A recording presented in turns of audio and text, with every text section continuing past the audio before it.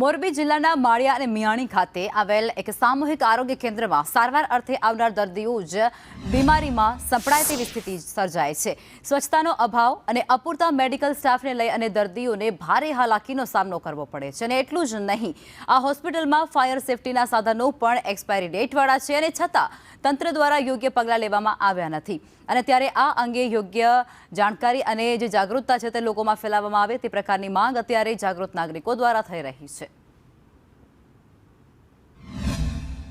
જિલ્લાના માળિયા મિયાણા તાલુકાના સરકારી હોસ્પિટલ ખાતે આપણે આવ્યા છીએ। પહેલાં તો જોઈ લઈએ કે સામૂહિક આરોગ્ય કેન્દ્ર છે માળિયા મિયાણાનું। સામે જોઈ લો કે વરસાદી પાણી ભરાયા છે અને મચ્છરજન્ય રોગચાળો ફેલાય તે પ્રકારના દ્રશ્યો તમને જોવા મળે છે। હું તમને હવે અંદરની હોસ્પિટલના દ્રશ્યો બતાવીશ કે જે પ્રકારે અહીંયા પાન માવાની પિચકારી મારેલી હોય, કચરો હોય તેવા પ્રકારના દ્રશ્યો જોવા મળે છે। કે અહીંયા જે ફાયર સેફટીની જે સાધનો લગાવવામાં છે, અગ્નિશામકના સાધનો, તે પણ એક્સપાયરી થઈ ગયેલા છે। અહીંયા તમે જે પ્રકારે જુઓ છો કે 19/6/2025થી એક્સપાયર થઈ ગયા છે। ત્યારે આપણે અહીંના જે સામાજિક કાર્યકર્તા છે તેમની સાથે વાત કરશું। શું નામ તમારું? રસુલભાઈ।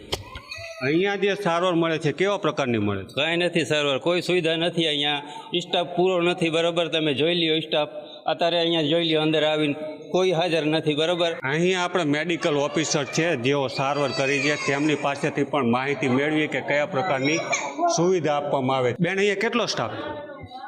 અહીંયા 3 ડૉક્ટર છે। અત્યારે કેટલા? અત્યારે બી હાજર જ છે। અને એક્સપાયરી બોટલો છે અગ્નિશામકની, તમારા ધ્યાનમાં છે? તમે રજૂઆત કરી છે? ના, મેં રજૂઆત જ નથી કરી। 6ઠા મહિનામાં એક્સપાયર થઈ ગઈ એવું છે? મારો આજે પહેલો દિવસ છે, એટલે મને અહીંનું કોઈ જગ્યાની હજી સુધી એવી ખાતરી નથી। અહીંયા જે લોકોને સુવિધા મળવી જોઈએ તે સુવિધા મળી નથી રહી, તેને લઈ લોકો આમ જનતા પીડાઈ રહી છે। ત્યારે આ લોકોને ક્યારે યોગ્ય સારવાર મળશે, સુવિધા મળશે તે જોવાનું રહ્યું। જગદીશ પરમાર, સંદેશ ન્યૂઝ, મોરબી।